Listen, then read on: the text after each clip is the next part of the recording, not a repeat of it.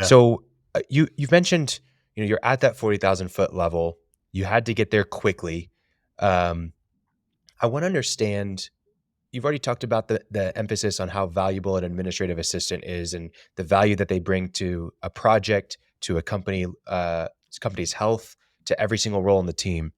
I want to understand, for you to operate at that 40,000 foot level, it's not just the administrative assistants that you need help from, but you've got to have really special direct reports for you. Who are your direct reports? How many of them do you have? And then what do you look for in a really solid direct report?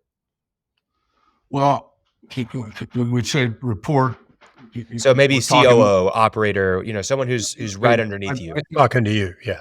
I have three that report directly to me. Okay, and that's my CFO Okay. and my CFO also works as a COO over the drilling and construction. Okay, Okay. and then the COO out of Tulsa office manages all professional services. The So engineering the side. engineering side. And then I have or VP over construction who reports directly to me. And so if there's a problem out there, we've got something going on, we're looking at a big intricate bid, anything that they need, those three are the ones who have the beeline to me. But I make it available for anybody in the company. If you've got a need and you're not getting there, give me a call. Right. So in those three, your VP, your CFO, and your COO, what makes them excellent direct reports to be able to manage entire sides of the business for you, but also be able to give you the peace of mind to stay at the 40,000 foot level? Well, they've all been with me long enough. They know they've been part of the standard that we've created. My VP over construction, he started with me in August of 1993. Okay, and so my CFO, he it's only job he's had out of college. He has a bachelor's in accounting, a master's in construction science, and then an MBA.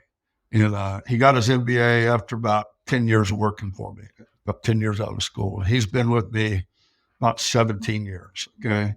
And like I said, the COO, has a bachelor's and a master's in geology, but an MBA. And so the basis of their education and then the length in the field of understanding what we do makes it a very trustworthy in the aspect.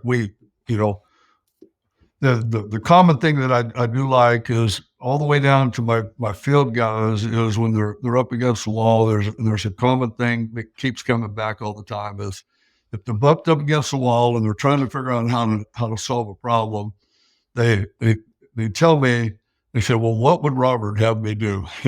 So there's, you see what I'm saying? And what it usually is where, I'll just or call it an integrity issue, okay? Whether you're trying to complete a well and there's a shortcut you can do and the client's trying to push you to do a shortcut, and then they'll look at it and they'll say, well, what would Robert have me do? And the aspect is they know we're going to follow the letter of the law. We're going to exceed the law. We're not going to cut that short. And that's a common trend all across the board. This is standard operating procedure in our shop. And so those are the bases.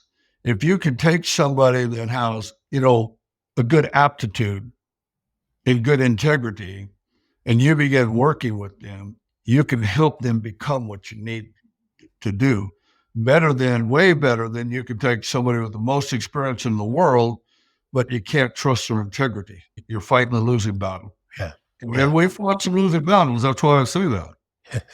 Yeah.